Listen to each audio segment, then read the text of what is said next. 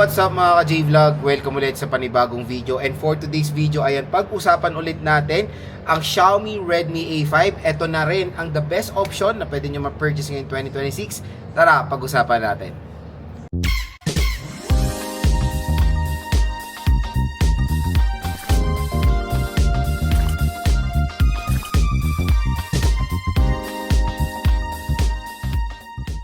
So yun mga ka-J-Vlog, for today's video, pag-uusapan ulit natin ang Xiaomi Redmi A5.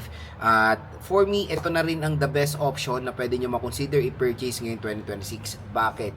Unang-una dyan, dahil very affordable lang to. Usually, ang Xiaomi Redmi A5, pwede maglaro yan around 2,500 to 4,000 plus, di ba? Napakamurang smartphone at ang dami napupusuan nitong si Xiaomi Redmi A5 dahil sa kanyang affordability. And syempre, hindi lang siya basta-basta mura. Maganda rin yung processor na nilagay nila dito sa smartphone na to. So mamaya tatalakayin natin lahat yung mga specifications ng Xiaomi Redmi A5. Pero ang tanong, saan ba tayo makakabili ng ganyang presyoan? So dito lang yan sa ating view products. Stop mo yung video, may makikita kayong dyan view products. Mura at bagsak presyo lang dyan ang Xiaomi Redmi A5. I think yung kanyang nasa pinakamura is yun nga yung 64GB. So meron tayong 3GB 64 at 4GB 128. At again mga ka-J-Vlog, yan 3GB 64 pwede nyo makuha ng pinakamababang presyo na 2,000 plus pag natamaan nyo yung online sale nila. Kaya again, kung makuha nyo man to ng 3,000 din, pwede na or sulit na rin yan mga idol. Sa ganyang range ng smartphone, kumbaga magiging sulit talaga ang inyong hard-earned money. Tapos ang nakaka-excite pa, pag bumili kayo dito sa ating product link, meron pa po kayong makukuhang additional discount voucher. So may ma-generate pa kayong additional voucher mula sa ating YouTube Shopping, pala collaboration niya ng YouTube Shopping sa mga online platforms para sa mga consumers natin makuha ng napagandang deal ang mga units na napupusuan nila. So, unang pag-usapan natin dito kung bakit the best option siya ngayon 2026 yung display. Ang laki ng display nito. Sabihin na nating notch, sige, okay na yung notch kasi mura lang naman siya. Pero yung screen size, doon kayo matutuwa dito. Dahil 6.88 inches po ang screen size ng Xiaomi Redmi A5. Hindi lang yon, yung kanyang refresh rate is 120Hz screen refresh rate pa for smoother animation. Pagdating sa nits of brightness, hindi siya masyado mataas, hindi naman siya rin masyado mababa. Kumbaga sabihin natin nasa average level ang nits of brightness ng Xiaomi Redmi A5. When it comes sa resolution, perfect na perfect din naman yan for its price, HD plus 720p. Kaya no worries when it comes sa resolution nito, all goods naman yan mga idol. Kaya panigurado, pagdating sa screen size nitong smartphone na to, yan yung isa magiging buying factor ng mga consumers natin. Bakit naman? Sino ba naman ang ayaw manood sa isang smartphone na mayroong malaking display? Sino ba naman ang ayaw maglaro sa isang smartphone na mayroong malaking display din, di ba? Syempre, pag naglaro kayo dito sa Xiaomi Redmi A5, mas malaki yung space for gaming, mas comfortable kumbaga kayo maglalaro dito sa smartphone na to. Ang maganda rin consider dito kung bakit maganda siyang option ngayon 2026, yung processor.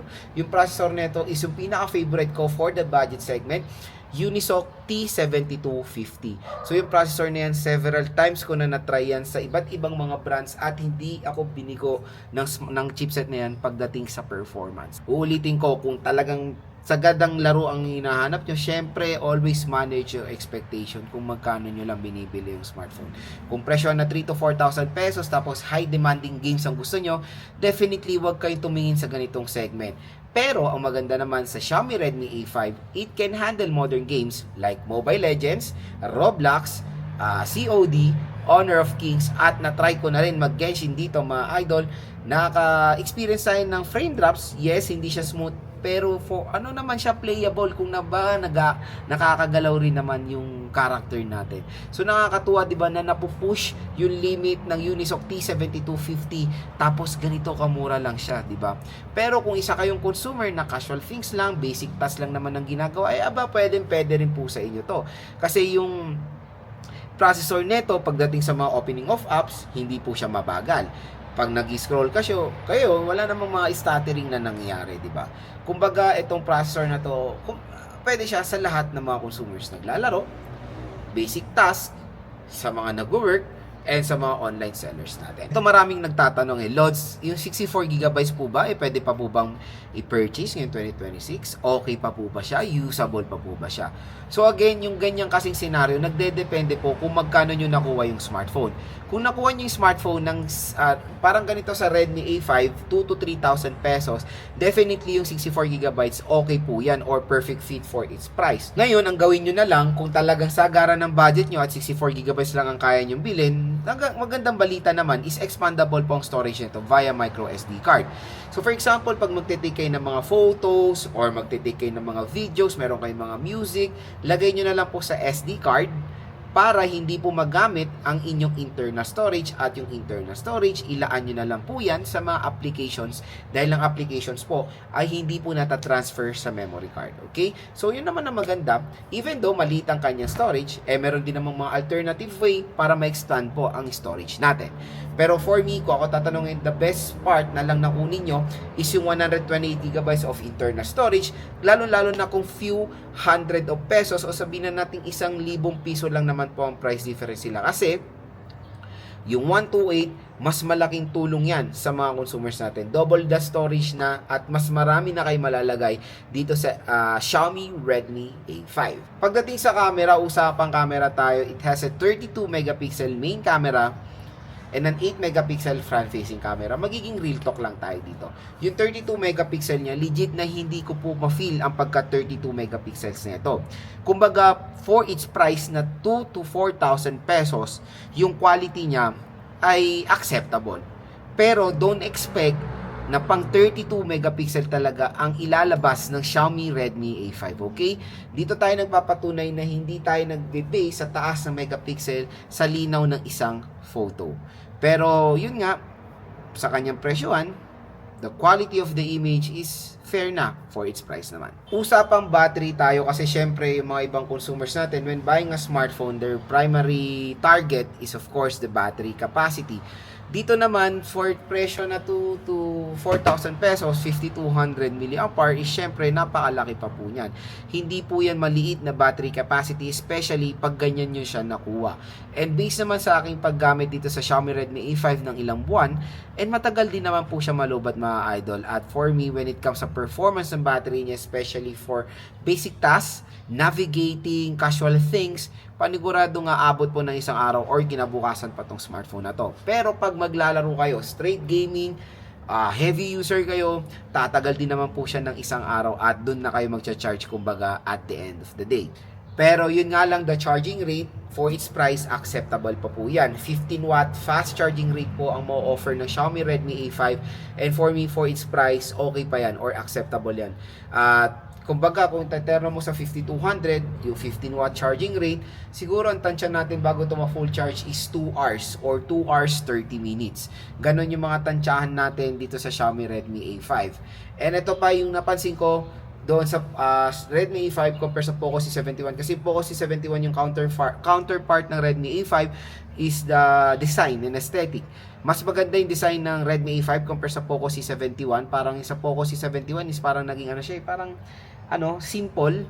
Dito sa Redmi A5, mas better yung color option at yung effect niya, mas nangingibabaw compare sa Poco C71.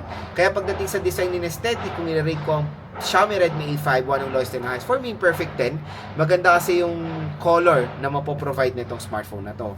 So yun mga ka-J-Vlog, as you can see naman, when it comes sa overall, ito si Redmi A5, sulit din naman po. Pagdating naman sa operating system, it is powered ng Android 15. I think it is Go Edition kasi hindi po siya HyperOS. Quick reminder lang, yung OS nito is parang plain and simple lang na MIUI. So parang Go Edition siya. So Android 15 naman, and I think hindi ko alam kung ngayon 2026 may update yan sa Android 16. Pero kung wala man lang, yung Android 15 ay matagalan nyo pa rin naman po magamit. Taon po masusupport to ng mga application, kaya wag kayo mag-alala kung ngayon pa lang kayo bibili ng Redmi A5. So ayan mga ka-J-Vlog, kung mapapansin nyo naman sa mga sinabi nating specifications nitong Redmi A5, napaka-solid din po ng mo-offer nitong smartphone na to.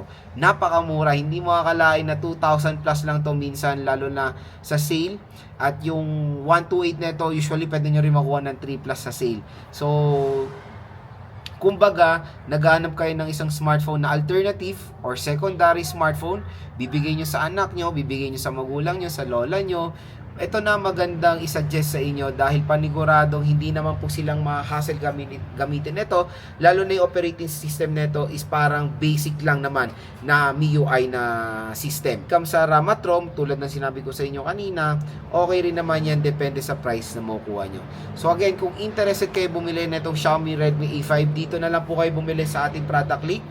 Tap nyo yung video, lalabasin yung view products. Pag click nyo yung link natin, may magge-generate pa po sa inyo additional discount voucher upon checkout nyo sa online. At again, malapit na naman mag-sale, payday sale, ilang pong sale ang gagawin ngayon ni Shopee, ilang sale ang gagawin ngayon sa online, kaya grab yours now hanggang may stock pa ang Xiaomi Redmi A5, isa sa best option yung i-purchase ngayong 2026.